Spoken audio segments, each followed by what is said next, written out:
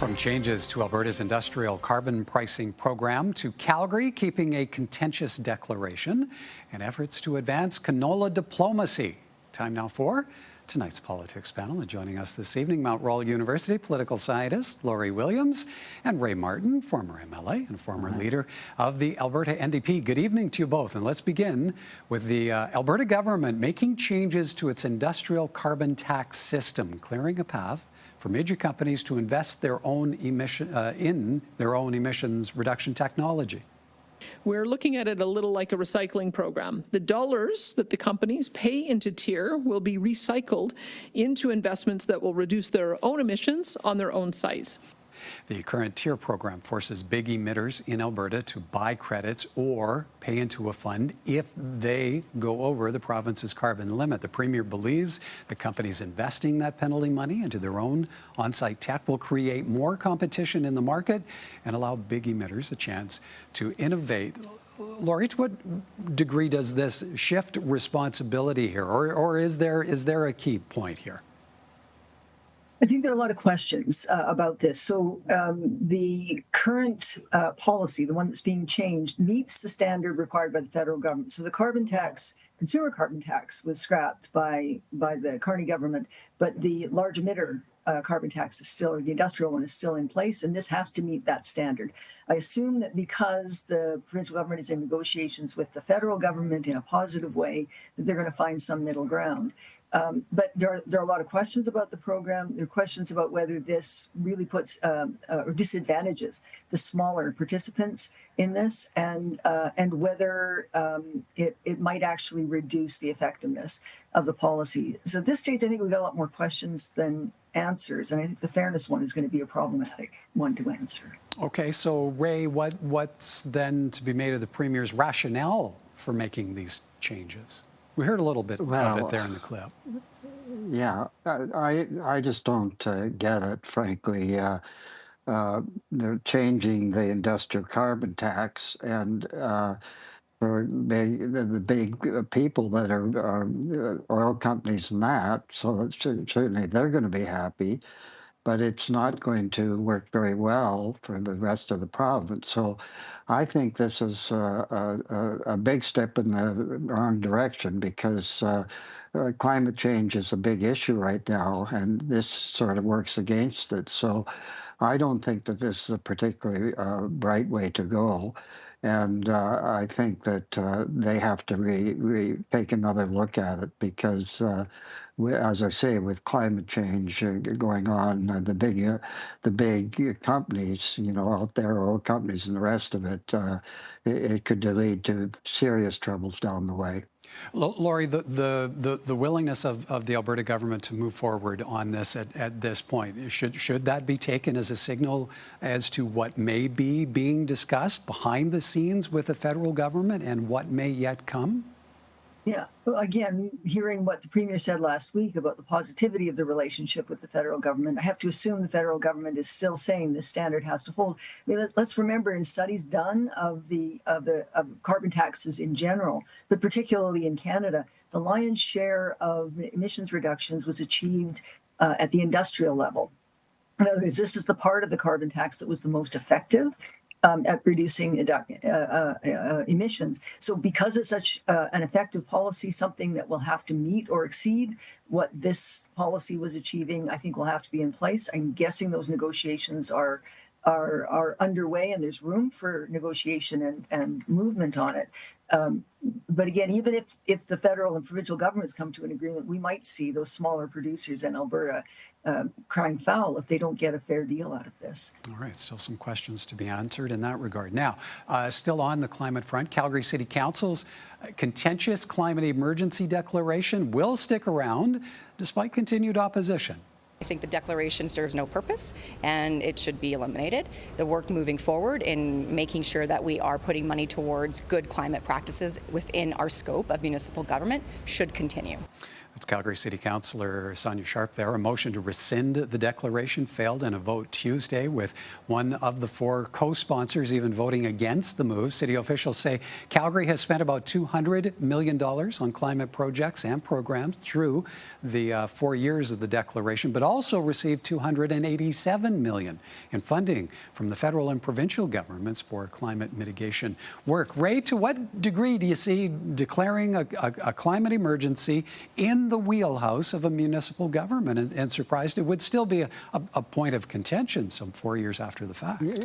Yeah, I don't understand that, frankly. We know that climate change is here and it's going to get worse. And City Council in Calgary, it seems to me that they took that into consideration and they're trying to work on it to protect the citizens in Calgary. So I think that this is a worthwhile to keep, and I understand that the City Council now has agreed, the numbers have, that they're going to continue with this. I think they're showing leadership that it's not going to happen overnight, but they're showing leadership to what they believe in and the future, what the future they want to see, at least in Calgary at this moment. Laurie, much has been made of this motion to rescind the declaration coming up ahead of the October municipal election. So does that mean there are campaign trail winners and losers coming off this vote? Potentially. I don't know that this is going to be a primary consideration for voters. But it is important to note that there are some incumbents on council that are running for re-election as part of a party. Sonia Sharp is in that party running for mayor, and one of the co-sponsors of the motion, Terry Wong, wound up voting against it. So it looks like there are cracks in the unity, if you like, of that particular party. And I thought it was interesting that Terry Wong said he's not interested in symbolic gestures. He's looking at what is substantive. The reason Calgary made this declaration is it was following in a trend that exists in large cities across this country and outside of Canada. And again, largely symbolic, but it wound up being connected to or reinforced by investments from other levels of government. So there is some utility to actually trying to improve environmental policies in the city, getting federal and provincial funds to do that. And so I find it quite interesting that the group of people that were supposed to be together as a party are actually in disagreement about this, and it lost by a vote of 10-4. Well, it'll be interesting to see if this turns out to be an issue on the campaign trail. All right, for us, time for a bit of a break, but when we come back, clearing contention over China's canola tariffs. More from our politics panel in a moment.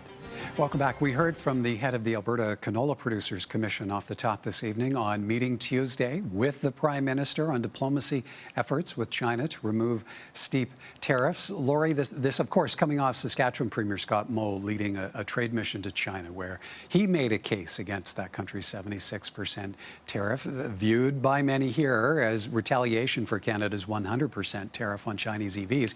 What's to be made now of the degree of federal provincial alignment, even industry alignment, because Andre Hart making the point that this may be the first time industry's been at that table with the PM. So what do you make of that alignment on this critical economic issue? I think it's quite striking that we're seeing a number of players across the country more or less optimistically approaching what they're seeing being done so far by the federal government, by the Liberal government. One has to assume that there are clarifications and obligations or commitments that are being made. I would think in part to compensate those farmers who might be struggling as a result if the current situation continues. I'm getting the sense also that there might be room for some optimism about movement on the side of China. And so again, we don't know the details of what's happening behind the scenes. We don't know what the ultimate outcome is. But it's a bit heartening to see that a lot of people who were publicly criticizing one another not that long ago are looking for solutions. I think that's exactly what voters want. Not just farmers, but people across the country want to see their elected officials working together to try to find solutions to the very real and complex problems that Canada's facing. On that point, Ray, about elected officials, now the Alberta government sending a multitude of MLAs, the Premier as well, down to the U.S. the past number of months to engage on the energy front. How much of a role might there be for our province where canola and the Chinese tariffs are concerned? Well, I think we have to do something about it. The reality is that China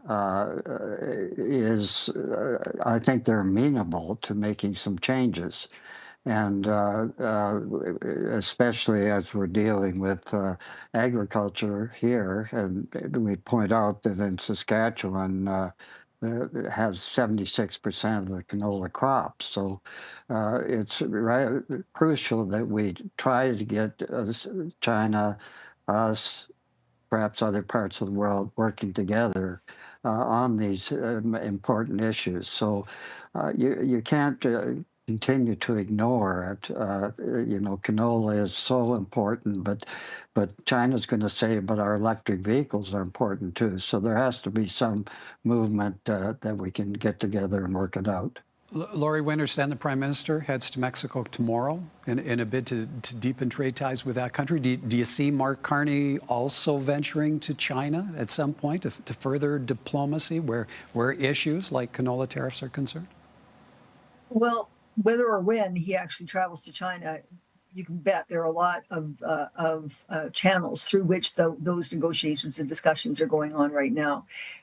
The optics of a visit to China could be complicated, but the reality is China is one of many markets that Canada has to try to have sort of open up to try to offset to some degree the disruptions that are coming out of the policies in the United States. Now, it's possible that movement on in one area like canola might be offset, not let's say by EVs, but by something else. Those negotiations, I suspect, are going on a continuing basis, and in fact might prove or serve as leverage in negotiations with the United States. If the United States is losing trade to other countries, that could be a bargaining chip that Canada could deal with. So these discussions, whether by visits to countries or informally behind the scenes in ways that we're not hearing about, are ongoing pretty furiously at this stage of the game and are the key to future negotiations with the United States ultimately. All right, one more quick topic, and it's on the federal front as well. That's where the Carney government tabling its federal budget November 4th, one that has been billed as cost-cutting while also offering what the government calls a generational investment in Canada's future. Ray, it's been more than 500 days since the last federal budget, and the first, it will be the first for the Carney government. What kind of test is this going to be for the new Prime Minister? I think it's an important test. I mean, it's the first time he will be there to bring in the budget, so people will be watching it very closely, much closer than they probably would with a number of budgets. So it's a big test for him, and we'll have to see how he handles it. Time will tell. That's all we can say. It's a budget. But it's coming up, and people will be watching it very closely. So we'll have to wait and see what he's got in mind. Lori, last 30 seconds to you. This is still a minority Liberal government. How challenged do you think it will be in getting needed support from at least one other party to get this bill passed? Yeah, this is going to be a huge test because it's going to include cuts and investment. And so investment in the military, investment in those industries that have been hurt by some of the trade negotiations. So it'll be a tremendous test. We're going to get this sort of harmony that we see between and among provinces at this point in time might start to fracture at that point. But if all the government needs is 3 votes or 3 people to not show up to vote in order for the budget to pass. So they might escape through this stage, but it's really going to set the tone and also indicate some of the challenges that this government's going to have going forward, maintaining itself in government as a fragile minority. Indeed. All right. We'll have to leave it there. Great to see you both. Thank you. Thank you, Thank Michael. you.